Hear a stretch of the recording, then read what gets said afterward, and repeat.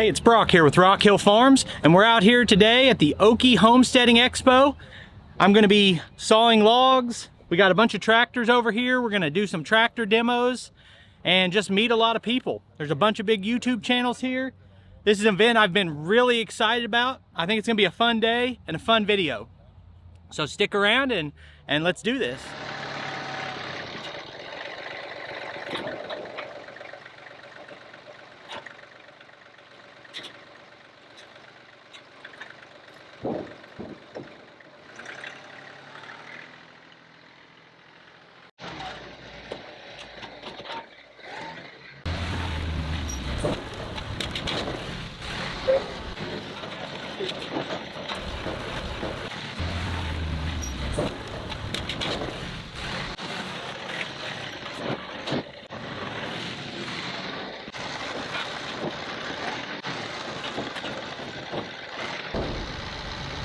Over? Yeah. Okay. That far, and the other one maybe just that far would be enough. Okay. I can get them.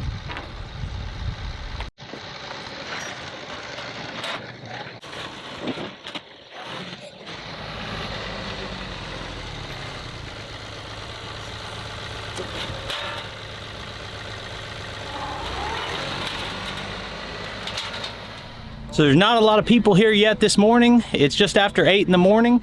So let's take a look at some of these tractors. Tractor Yard brought 4 TYM tractors. We've got a T25. And we have a 494 right here. 574 over there. So Tony has this tractor. Daniel Arms has that one. So I've actually ran both of these before. And then they've got a 2515 over there behind me. Then a full range of mowers. So I'm planning to test drive all of this equipment in videos over the next 2 days. Okay, I found my first victim who's willing to jump on camera and talk a little bit about tractors. So this is Clifford. You want to tell him what machine this is, how old it is, anything that you find interesting about it? All right. It's a Farmall, McCormick Farmall 200. This tractor it's a 1954 year model. They built these tractors like 2 years. And what this tractor replaced was first the C, the Farmall C tractor, and then they built the Super C, and then this tractor replaced those, or the Super C, and then, like I say, they built this one for about 2 years. But I bought it off a fella in Dewey, and I've had it about 5 years now. It runs good, and it does what I want it to do, and I use it. It's got a fast hitch, 2-point fast hitch on it, and I've got a brush hog and a plow and a disc that fits it. So you got a fully functional 3-point and a PTO? Well, no, it's a 3-point. It's not a 3-point? Yeah, it's a 2-point. It's what they call fast hitch. The actual arms on the implements plug into it and then latch, and you can actually back into them and not ever get off the tractor. Well, let's go take a look at it. All right. Now there's no third top link on it, and it just these, see the points here on each side, and what you like on them arms sticking out on the implements, you can just back into them and they latch with these right here. And then whenever you want to unhook it, there's which I ain't got it on here right now, but you lift this up and this one here, and then that'll slide right out. Oh, I see. That comes off. Yeah, it comes out. Well, you don't have to do it. I don't want you to work any. That thing's pretty heavy. So, but they're really, really handy. A cool old machine. They are. I love them. Yeah. So this is the 130 Max. The original 130 could do a 30-inch log. This one can actually do a little bigger because it has a 30-inch open. So you've got a movable blade guide here that you want to keep close to your log because it stabilizes the blade. All these small logs will put it all the way in.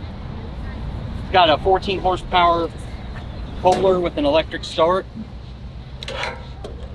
I would say too, when this came, all the settings were pretty close. We fine-tuned a little, but nothing drastic.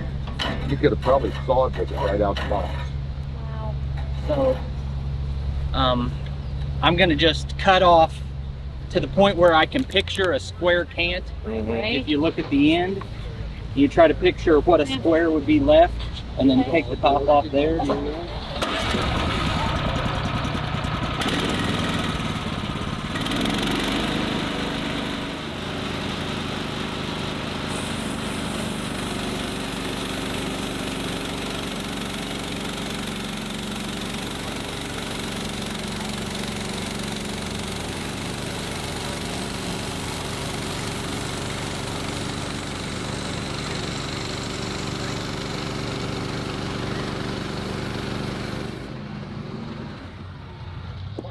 I built this stand out of a tree that I cut down on my property and milled and dried for.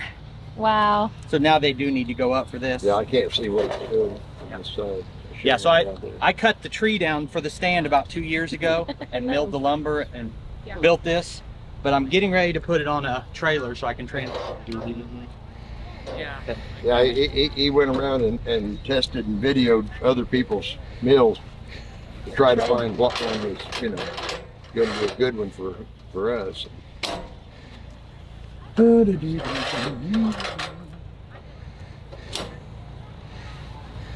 And it'll handle fairly large log. He said 30 inches or bigger, but Yeah, I mean, you can put in we brought small ones because they're easier to handle here at the show. Well, watch it make.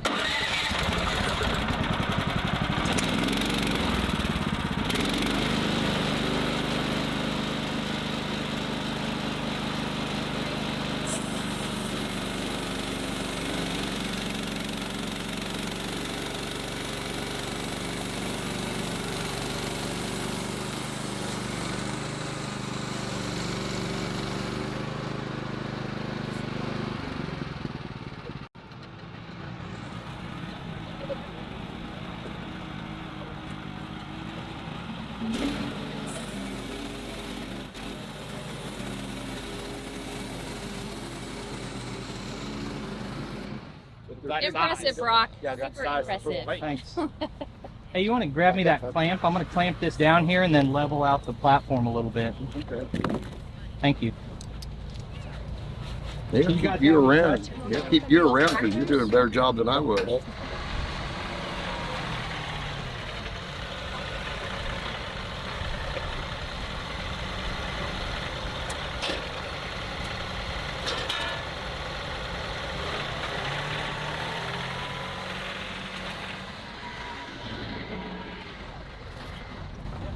I slid up against there, but I don't know, you might want to roll it. You guys have any questions about the mill? Now's a great time to ask.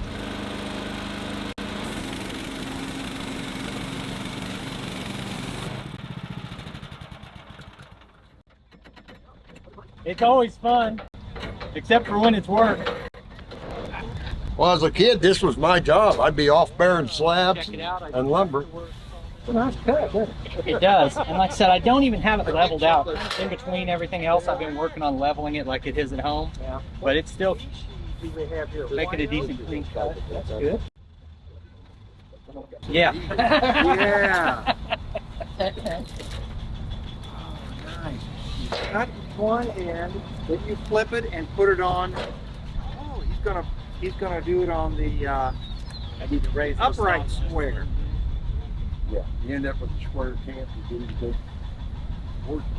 Yeah, unless if you want live edge lumber, you don't have to do this. But this is if you want dimensional lumber, like 2x4s, 1x6s. I'm looking at your dogs. Yeah. Yeah. A question about how they work or anything? That one is tan. Yeah, I like the way these are. So it's got this, but you don't have to use it the stop like that, because when you push into it, it leans back enough that it's already kind of tight. And you just push it down. I think it's a pretty good system.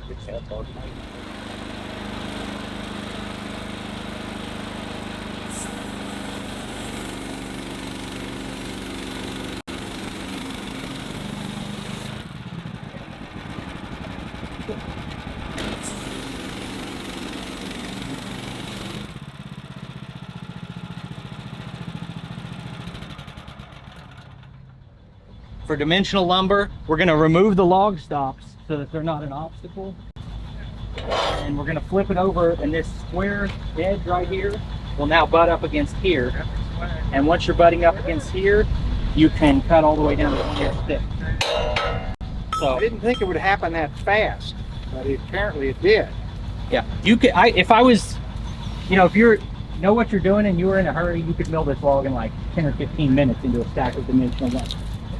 Yeah, we took a big log, and when I say we, the factor two of us there didn't really speed it up. One of us was standing there watching on the other side. But we took a pretty good sized log, probably made $200-300 worth of lumber in like 2 hours. Okay, I grabbed Jake from the tractor yard, and they've got a little demonstration here where you're trying to set balls in of different sizes into a bucket with the backhoe. So I'm going to try that. So as I'm looking at this size of tractor, I've driven the 474 that Tony has. I've driven this 574, then the 494. I'm trying to make sure I understand the differences between them and like the frame size. The 494, I would think is just a bigger horsepower version of what Tony has, but this has bigger tires on it. So this is going to be closer to that 574, and really the only difference is that 574 is a turbocharged engine, still four cylinder, and this is going to be the 4-cylinder naturally aspirated. So you got a 48 versus a 55 horse tractor. Okay. Other than that, same frame size, same tires, everything. Man, this thing is a workhorse as far as, because I ran that one a little bit, and the size of tractor this is seems perfect for what I want, but you're going to lose a little bit of maneuverability over what I've got. That's why that 474 is a little smaller, and I'm tempted by that one too. Yeah, even these bigger tractors though in the TYM, their turning radius is one of the best in the business. Can I say that price on here that you've got on your tag? You sure can. That's our cash price. I think he's lying. You're not really going to sell this tractor for $28,000. I'd sell it to you right now. What do you think mine's worth? Trade? Yeah. I got every gizmo and gadget on it. That's got to be worth something. I'll give you $150. Okay, so I'd have to make some payments if I made a swap. But I'm going to play their backhoe game here, and then I'm going to drive the 574. We'll see if he's any good. Yeah, no, I'm not. So I was starting to feel confident, thinking, oh yeah, I'll do this, no problem. But there's no thumb on this backhoe bucket, which is what I thought would have made it a big difference. It's gonna take a little bit of finesse. Okay. Well, I'm probably not supposed to move it, am I? Like, well, oh yeah, I can. Yeah. Okay. I was thinking we could set up yours and we could play backhoe soccer. Soccer, yeah. Yeah.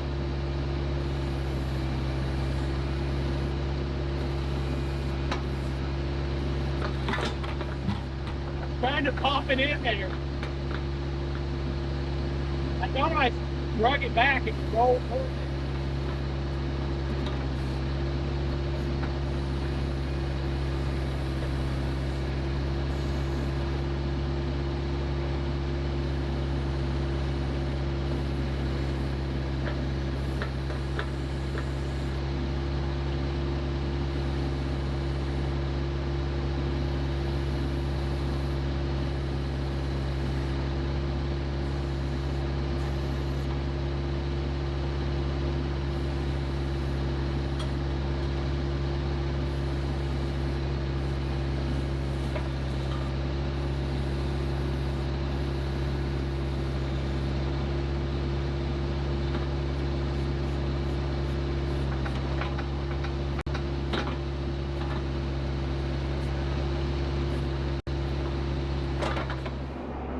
One of the first things I saw from Dirt Perfect was they had a game like this that nobody could win, and he won by cheating. I could win this real easy. All you got to do is take a bunch of dirt with it. Just dig a hole. Just take the dirt with it. It'll work. I'll try to do it the right way. That's the hole, Yeah.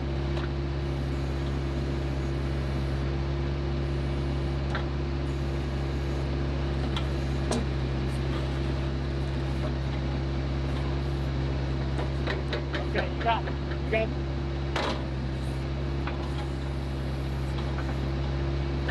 You got it. I got it.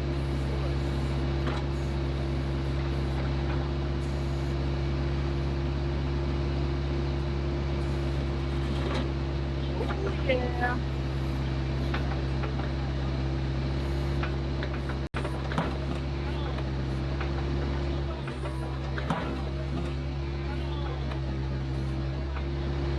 Hey, I brought a bucket if you need another one. I want you guys to grade me in the comments if you had a good angle on that. I give myself about a A- for picking up the I'm gonna say ball. that's an automatic failure. That's like a D+ on the bucket smashing. It's an A if it's a B if I wanted to smash the bucket. If I didn't, it's about an F. Atwood's getting some free advertisement out of you. Yeah. Atwood makes a pretty good bucket, it looks like. But I got on there, and the point of this is to see if we like the controls on the backhoe. And the controls are the same, basically. What jumps out to me, and it's a bigger tractor, so it's supposed to be that way, is that has just got a lot more reach, and you're sitting a lot higher. It's got a good view of it. It's a bigger backhoe, but I'd love to dig with that one. Now this one is going to be about the same tractor, but like he just told us, this one has a turbo. That's the difference between these two models, and obviously the cab. So my ideal tractor is this size range, but with the cab. So we'll kind of check out how that goes. Boy, this must have been adjusted for you. Maybe my wife. I'm a few cheeseburgers ahead of this seat adjustment. So is this a 3-range hydrostat? That's a 3-range hydrostat. Okay. I was expecting a shuttle shift when I got in it. 35,000. Ooh, I did it. I just got your sign. So you guys know, I really do like my tractor. It always sounds like I'm comparing everything favorably, but my tractor's list price is $33,000 without a cab. This machine is twice as big, and it's got a cab on it. This feels like it should be a $50,000 tractor.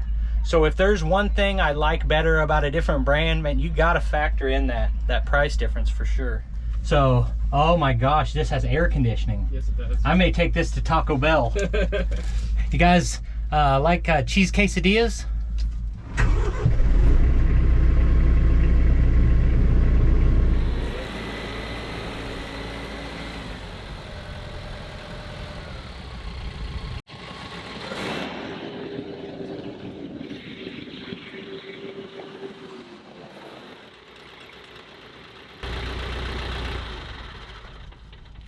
So here's the deal. Put the pallet forks on there. You can't sell that tractor for that. Why? 33, that's 42. That's a minimum. I mean, I'll sell it to you for 42. Okay. Special deal. Awesome. Well, thanks for letting me drive it. Let's go see what else is going on. I'm periodically milling logs. I keep forgetting I'm supposed to record some of it for you. No, I said I really like woodland mills because they give you a lot of value for what you pay, but if you want to pay a little bit more, there's a lot of other features you can get. Like you can have this run electrically instead of a hand crank. But I didn't really add much to mine except for the track extension. Kind of what price range do they run in? This mill, this is the biggest mill that Woodland Mills makes. It's about $5,000. Their smaller ones are closer to $3,000. I got one track extension because you can do a 10-foot 6-inch log without a track extension, and the track is 3 pieces that are each like 5.5 feet long, and you can add as many as you want and just keep making it longer. But 16 foot's pretty good. That's what I can do the way it sits.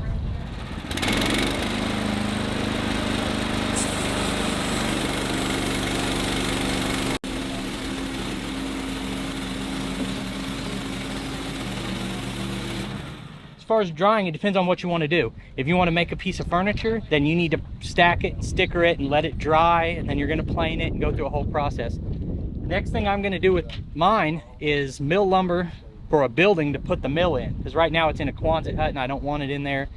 But that I could build right away. You just use a little bit different techniques building with green lumber.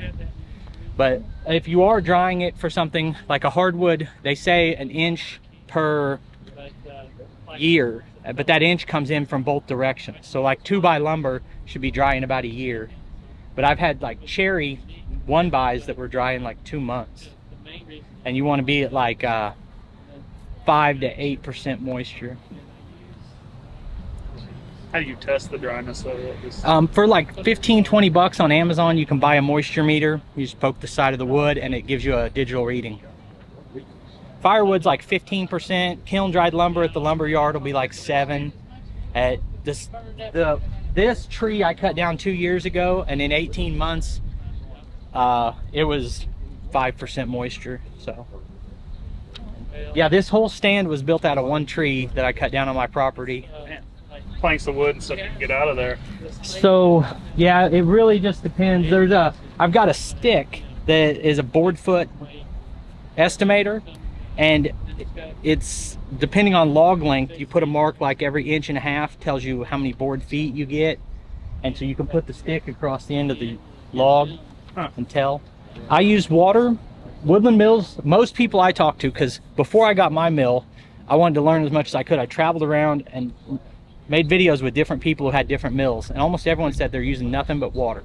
Woodland Mills recommends water with some dish soap in it, and I have, for no reason, I just haven't been doing that. But I think it helps a little bit with lubricant. But I've heard that if you put too much, it can make your blade slip on the belt and throw your blade off. I've heard people say they put dish soap in there and threw the blade off. But if you're doing something with a lot of sap in it, you can use diesel fuel. It smells bad and gets on your hands and costs more money, but it'll cut through the sap.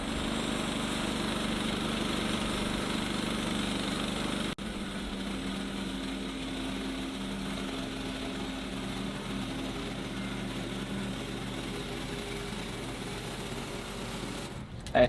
Let's slide it this way so that the fat part is overhanging this, Okay. like that, and push it in and then roll it. Yeah. Well, I about had it in place so you messed me in.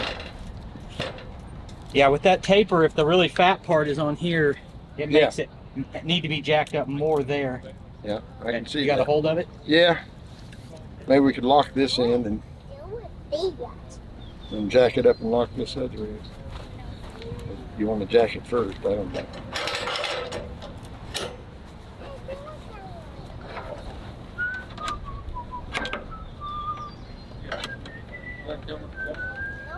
So yeah, did I already tell that story? Oh, What's that? so they sell a jack for it, and theirs is nicer than mine.